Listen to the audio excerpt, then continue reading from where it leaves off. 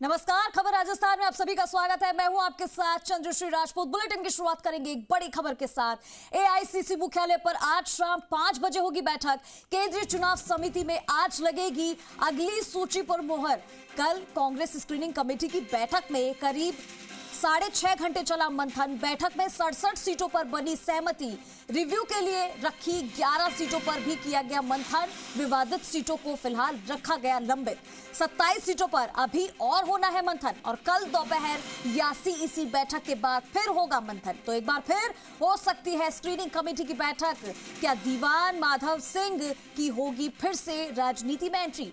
मारवाड़ की राजनीति में दीवान साहब की फिर से एंट्री की चर्चा भी हो रही है। कांग्रेस के एक दिग्गज नेता जाना मारवाड़ के इस दीवान को मूल सूत्रों के अनुसार कल की स्क्रीनिंग के बाद नाम आया अचानक चर्चा में। क्या पाली की 6 विधानसभा सीटों पर जीत के लिए दीवान जरूरी है? सिरवी समाज के धर्मगुरु हैं दीवान माधव सिंह। मारवाड़ और दक्षिण भारत में है सिरवी समाज का बड़ा प्रभाव। बिना सिरवी समाज के सोजत पाली जेतारन सीट जीत पाना आसान नहीं है।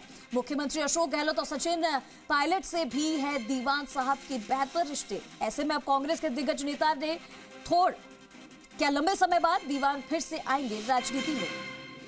तो 105 पर अभी भी माथापच्ची हुई, तो आज रिजल्ट आना पक्का माना जा रहा है। कांग्रेस स्क्रीनिंग कमेटी की बैठक हुई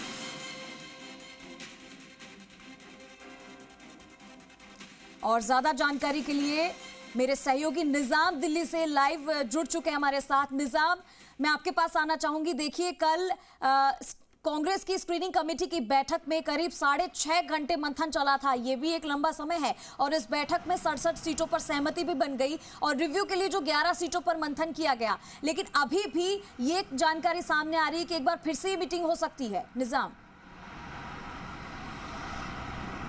बिल्कुल, देखिए कि कल शाम को 5 बजे जब स्क्रीनिंग कमेटी की बैठक शुरू हुई करीब 15 मिनट देरी से, तो 5:15 बजे से लेकर करीब 11:15 तक 11:30 बजे तक ये बैठक जारी रही। बैठक में 105 सीटों को रखा जाना था, जिसमें कि वो सीटें भी शामिल थीं जो कि रिव्यू के लिए 11 जो कि पिछली जो सीईसी के सामने रखी गई थी और सीईसी ने उस पर मंथन किया था।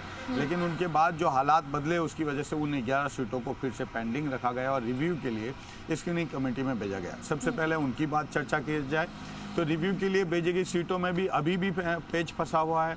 अगर बात करें तो जैसे शांति धारीवाल और महेश जोशी दोनों की सीटों पे पेच अभी भी फंसा हुआ है। मकराना की सीट पर फिर से पेच फंसा हुआ है। चाहे कामा की सीट जो है जायदा खान की सीट है उस पर भी पेच जो है फंसा हुआ है। मालपुरा की सीट है उस पर पेच फंसा हुआ है। इसके साथ ही जैसे कि मैंने अभी बताया राजस्थान मारवाड़ अंचल की सीटों पर जैसे जैसलमेर है उस पर पेच फंसा हुआ है। इसके साथ ही अगर बात करें जैसलमेर की 2 सीटों और दूसरी सीटों पर भी पेच फंसा हुआ है। शिव पे पेच अभी भी फंसा हुआ है।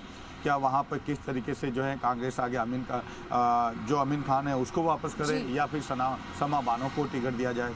इसके साथ ही अगर बात करें, देखिए जोटवाड़ा को लेकर लालचंद कटारिया का जो है उसका अभी तक इंतजार किया जा रहा है। जो मंत्री हैं, कृषि मंत्री रहे हैं लालचंद कटारिया, लेकिन अभी तक उनकी तरफ से ऊहापोह की स्थिति है जी। क्या वो चुनाव लड़ेंगे या नहीं लड़ेंगे? जी निजाम, इसी बीच दीवान माधव सिंह का भी चर्चा सामने आ रही है। इनकी भी चर्चा हो रही है कि राजनीति में फिर से इनकी एंट्री होगी। मारवाड़ की राजनीति में दीवान साहब की फिर से एंट्री की चर्चा हो रही है और इन दोनों इनका जो नाता है वो सीएम अशोक गहलोत और सचिन पायलट दोनों से बेहतर है। क्या ऐसा है? देखिए, ये अचानक से ये चर्चा जो आई है वो कल के बाद ही आई है, क्योंकि सिरवी समाज के धर्मगुरु है दीवान माधव सिंह। और पश्चिमी राजस्थान में अगर बात करें तो बालोतरा से लेकर पूरे पाली जिले में और साथ ही जालोर सिरोही तक में भी इनका प्रभाव रहता है। लेकिन मुख्य तौर पे पाली जिले में ही इनका गढ़ है। और जो मारवाड़ का जो ये कह सकते हैं मारवाड़ के जो सिरवी समाज है इसका प्रभुत्व ज़्यादातर दक्षिण भारत में बहुत ज़्यादा है। यानी कि ये एक ऐसा समाज है जिनके की क्षेत्र में के व्यवसाय में और व्यापारी वर्ग में बहुत ज़्यादा इनका प्रभुत्व है वहाँ नीचे दक्षिण भारत में। जिसके चलते दूसरी तरफ देखिए कि जब से मारवाड़ की राजनीति से दीवान माधव सिंह हटे हैं उसके बाद से ही कांग्रेस के लिए कई सीटें जीत पाना बड़ी मुश्किल हो गया है। खासतौर से सोजत है, इसके साथ सुमेरपुर सीटें हैं, पाली की सीट है।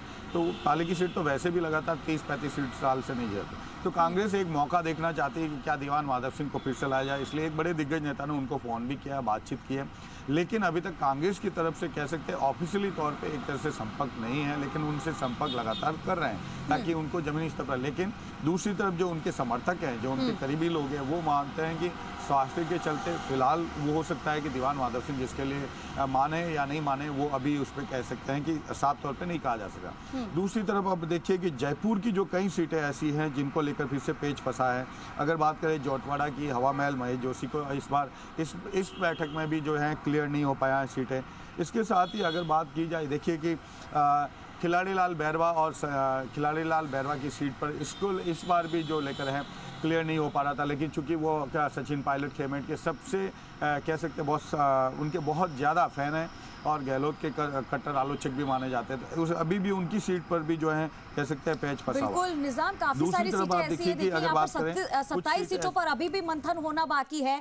कल दोपहर या सीईसी की बैठक के बाद फिर से मंथन होगा। लेकिन निजाम, यहाँ पर देखने वाली बात यह है कि दूसरी पार्टियों की अगर बात करें तो बीजेपी ने तो प्रचार करना भी शुरू कर दिया और यहाँ पर कांग्रेस जो है वो अभी भी सीटों के हेरफेर में अटकी हुई है। तो ये एक बड़ा खामियाजा शायद पार्टी को भुगतना हो सकता है आने वाले समय में, क्योंकि वो चल पड़ी है अपनी राह पर और आगे प्रोग्रेस कर रही है, 4 कदम उनसे आगे निकल गई। यहाँ पर अगर पार्टियों की दोनों की बात करें तो, और कांग्रेस जो है अभी भी सीटों के हेरफेर में अटकी हुई है।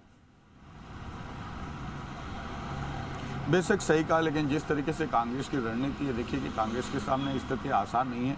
अभी वो सत्ता में रही है और सत्ता के साथ ही जो है लोग ज़्यादातर चाहेंगे कि उनको टिकट मिले, इसलिए कई दावेदारों की संख्या अधिक है। आज दोपहर में भी ये माना जा रहा है कि स्क्रीनिंग कमेटी की बैठक सीईसी से पहले फिर से एक बैठक हो सकती है या सीईसी के बाद भी ये बैठक हो सकती है। फिलहाल अभी किसी भी तरह से इस मामले में जानकारी सामने नहीं आई है, लेकिन ऐसा है 11 से 12 बजे तक इस मामले में अपडेट आ सकता है, क्योंकि आज ही मुख्यमंत्री के बेटे वैभव गहलोत को भी जो है ईडी के सामने पेश होना है। ये एक बड़ा जो है चिंता की बात है, क्योंकि एक पिता है मुख्यमंत्री अशोक गहलोत, तो वो अपने बेटे के लिए जरूर चिंता में होंगे। तो आज ईडी के सामने भी पेश होना, उसके बाद भी और स्थितियाँ साफ हो सकती है कि क्या वो स्क्रीनिंग कमेटी की बैठक है आज दोपहर 2 बजे होगी या फिर जो है सीईसी की बैठक होने के बाद देर रात हो सकती है।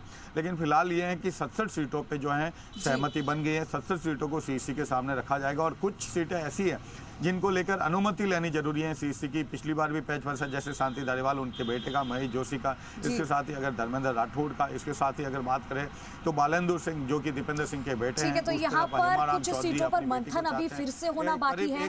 कुछ सीटें ऐसी है जिन पर इजाजत, जिनकी परमिशन लेनी पड़ेगी, और कुछ नाम ऐसे भी है निजाम जिनको टिकट देना है कि नहीं, ये असमंजस बना हुआ है। बहुत सारी चीजें हैं, लेकिन अभी एक बार फिर से कांग्रेस का स्क्रीनिंग कमेटी की बैठक होगी। आज नामांकन भी है, 11 बजे से वो भी शुरू हो जाएगा। तो देखने वाली बात है कि कांग्रेस कितनी तेजी से ये सारे काम करती है। बहुत बहुत शुक्रिया आपका तमाम जानकारी के लिए निजाम।